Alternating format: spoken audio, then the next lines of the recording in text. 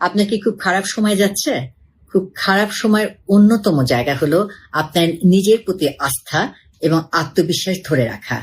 এমনও হতে পারে এই খারাপ সময় আসলে আপনার ভবিষ্যতের সফলতার জন্য আপনাকে প্রস্তুত করা হচ্ছে, চিনিয়ে দিচ্ছে কাকে আপনার পাশে রাখা প্রয়োজন, কার সাথ থেকে আপনারা সাবধানে থাকবেন।